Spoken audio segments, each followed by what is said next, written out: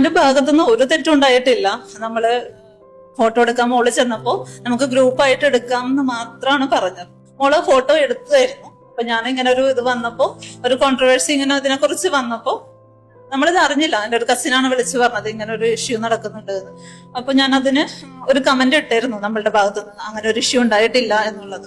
എനിക്ക് ഏറ്റവും വലിയ സങ്കടം എന്താന്ന് വെച്ച് കഴിഞ്ഞാൽ ആൾക്കാർ നിങ്ങൾ പോസ്റ്റ് ചെയ്തില്ല. ഇപ്പം എനിക്ക് കുറച്ച് അല്ലെങ്കിൽ വന്നപ്പോ എന്തത്ര ജാട കാണിച്ചേ എന്ന് ചോദിച്ചാൽ എനിക്ക് തീർച്ചയായിട്ടും മനസ്സിലാവും.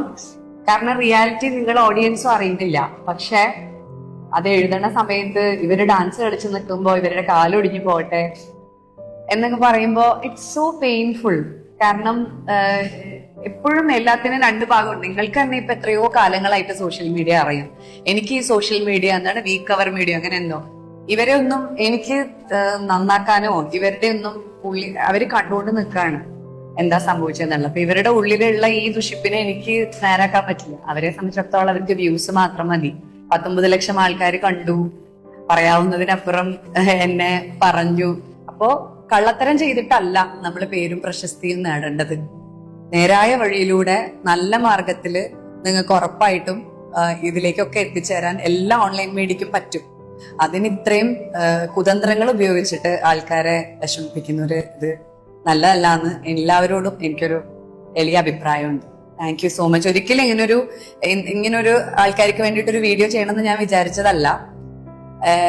എന്നെ സ്നേഹിക്കുന്നവർക്ക് ഉള്ള ഒരു മറുപടിയാണ്. ഞാൻ അങ്ങനത്തെ ഒരു വ്യക്തിയല്ല.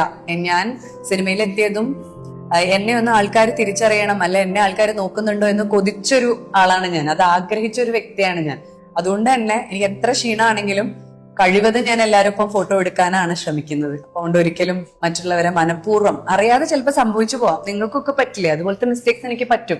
ആ തെറ്റ് നിങ്ങൾ ചൂണ്ടിക്കാണിച്ചാൽ ഞാൻ തിരുത്താനും എനിക്കൊരു ബുദ്ധിമുട്ടുമില്ല.